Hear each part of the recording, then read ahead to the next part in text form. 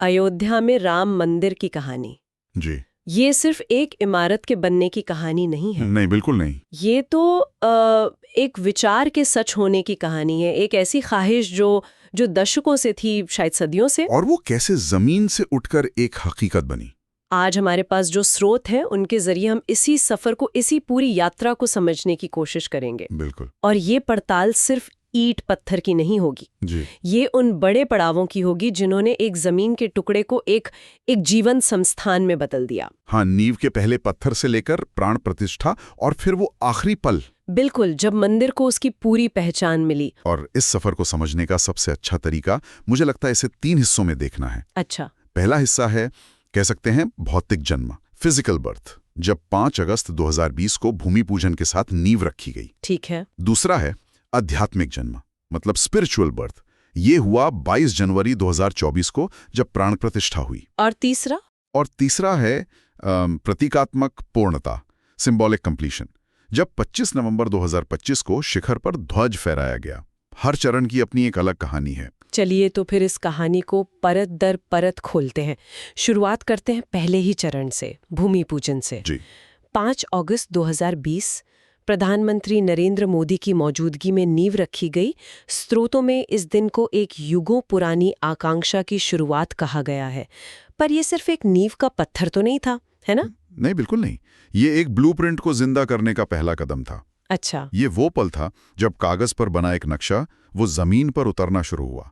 और जो बनना शुरू हुआ वो भी कोई आम इमारत नहीं थी। हाँ, गुलाबी बलुआ पत्थर, नक्काशीदार संगमरमर, ये सब तो है।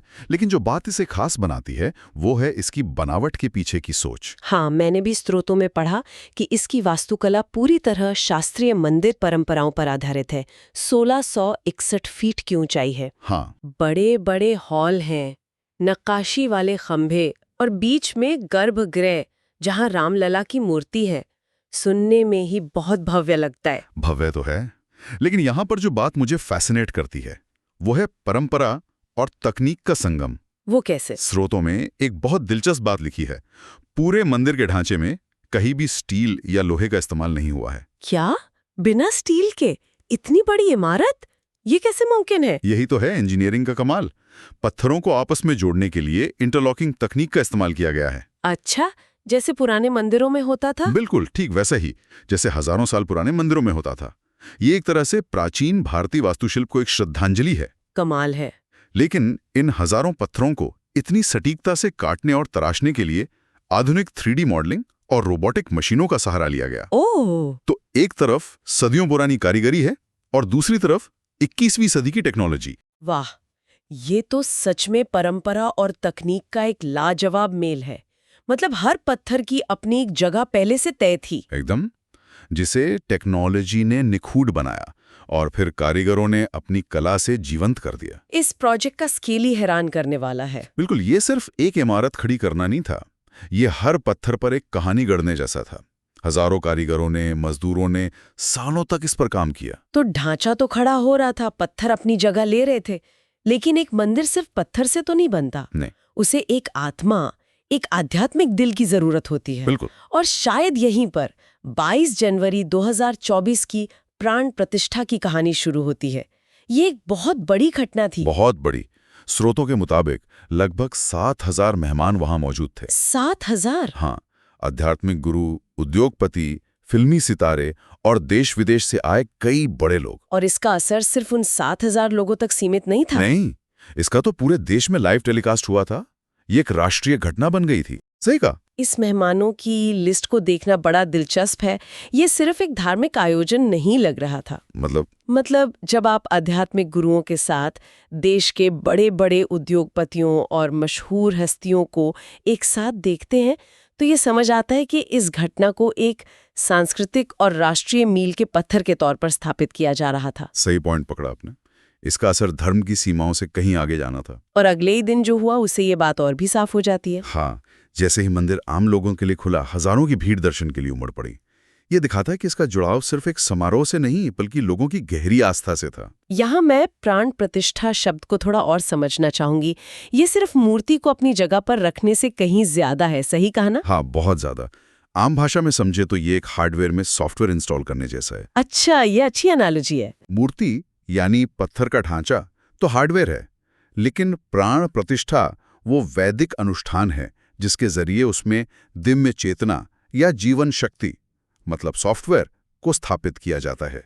ओह! इस प्रक्रिया के बाद वो पत्थर की मूर्ति सिर्फ एक कलाकृति नहीं रहती, बल्कि एक जीवित देवता का स्वरूप मान ली जाती है। तो ये मूर्ति को जीवित करने जैसा था। ये तो पूरी प्रक्रिया को एक अलग ही स्तर पर ले जाता है। एकदम।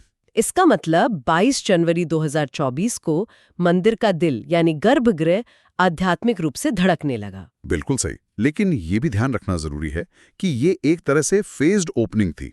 हाँ, मतलब सब कुछ एक साथ नहीं खुला था। नहीं, इस समारोह ने मंदिर के मुख्य हिस्से को तो खोल दिया, लेकिन पूरे परिसर का काम जैसे बाकी हॉल, दूसरी सुविधाएं और आसपास के इलाके को सुंदर बनाने का काम वो अभी भी चल रहा था। तो उद्घाटन एक बहुत बड़ा पड़ाव था, लेकिन मंजिल अभी बाकी थी। बिल्कुल। तो मंदिर का दिल तो धड़कने लगा था, पर कहानी अभी खत्म नहीं हुई थी। किसी भी इमारत को अपनी पूरी पहचान तब मिलती है जब उसका शिखर पूरा हो जाता है, जब उस पर उसका निशान, उसका प्रतीक लहराता है। बिल्कुल। और ये हमें ले आता है इस कहानी के अंतिम अध्याय पर, 25 नवंबर 2025, ध्वजारोहण समारोह। हाँ, ये वो दिन था जब मंदिर को आधिकारिक तौर पर पूर्ण घोषित किया गया। 161 फीट ऊंचे मुख्य शिखर पर एक खास ध्वज फहराया गया। धर्म ध्वज। जी, धर्म ध्वज। और इस ध्वज की अपनी एक अलग कहानी है। इसके बारे में हमारे स्रोतों में काफी रोचक डिटेल्स हैं। ये कोई आम झंडा नहीं है। केसरिया रंग का ये ध्वज 22 फीट लंबा और 11 फीट चौड़ा है। बहुत विशाल है। हाँ, सोचे कितना विशाल होगा। और इसे जिस पोल पर लगाया गया है वो भी खास है। बिल्कुल, 42 फीट का एक घूमने वाला फ्लैग पोल। बिल्कुल, ये घूमने वाला फ्लैग पोल सिर्फ इंजीनियरिंग का कमाल नहीं है, ये बहुत प्रैक्टिकल भी है। अच्छा, वो कैसे? इसे इस तरह डिजाइन किया गया है कि ये तेज हवा और मौसम की मार झेल सके और ध्वज को उलझने से बचाए। मकसद ये है कि ये ध्वज आने वाले कई सालों तक शान से लहराता रहे। और इस ध्वज पर बने चिन्हों का भी गहरा मतलब है। ये सिर्फ डिजाइन नहीं है। सही कहा, हर चिन्ह एक कहानी कहता है। स्रोतों के मुताबिक ध्वज के केंद्र में एक चमकता हुआ सूर्य है, जो भगवान राम के सूर्यवंशी होने का प्रतीक है। बिल्कुल। साथ में ओम का चिन्ह है, जो सनातन परंपरा का सबसे पवित्र प्रतीक माना जाता है। और एक कोवेदार वृक्ष का रूपांकन भी है। वो किस चीज का प्रतीक है? वो आध्यात्मिक विरासत और धर्म की निरंतरता को दर्शाता है। तो ये ध्वज सिर्फ कपड़े का एक टुकड़ा नहीं, बल्कि मंदिर की पूरी पहचान और उसके मूल्यों का सार है। तो इस ध्वजारोहण समारोह के साथ ही ये पूरी यात्रा अपने मुकाम पर पहुंची। ये समारोह भी काफी बड़े पैमाने पर हुआ होगा। हाँ, इसमें भी 6000 से 8000 मेहमान शामिल हुए थे। प्रधानमंत्री मोदी, आरएसएस प्रमुख मोहन भागवत और उत्तर प्रदेश के मुख्यमंत्री जैसे कई वरिष्ठ लोग मंच पर मौजूद थे। अच्छा, लेकिन एक और खास बात थी इस समारोह की। वो क्या थी? इसमें उन समुदायों के प्रतिनिधियों को भी विशेष रूप से बुलाया गया था जो पारंपरिक रूप से रामायण के पात्रों से जुड़े हुए माने जाते हैं। ओह, ये तो बहुत अच्छी बात है। हाँ, ये एक तरह से समावेशिता का संदेश था। ये दिखाने की कोशिश थी कि यह मंदिर किसी एक वर्ग का नहीं, बल्कि उन सभी का है जो इस कथा से जुड़े हैं। और वो पल कैसा रहा होगा जब ध्वज फहराया गया?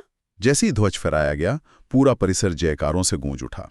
ये उन अनगिनत लोगों के लिए एक बहुत भावुक और संतुष्टि का पल था। तो इस सब का क्या मतलब है? अगर हम इस पूरी यात्रा को एक साथ देखें तो ये सिर्फ 3 तारीखों की कहानी नहीं है। नहीं, है ना? ये एक बदलाव की कहानी है। हमने देखा कि कैसे एक जमीन का टुकड़ा पहले एक भव्य ढांचे में बदला, फिर 2024 में प्राण प्रतिष्ठा से उसमें एक आध्यात्मिक दिल धड़का, और आखिर में 2025 में धर्म ध्वज के साथ उसे अपनी पूरी पहचान, अपनी आत्मा मिली। बिल्कुल, ये एक ऐसी परियोजना थी जिसमें आधुनिक इंजीनियरिंग, प्राचीन वास्तुकला, बारीक कारीगरी और गहरे आध्यात्मिक अनुष्ठान सब एक साथ मिल गए।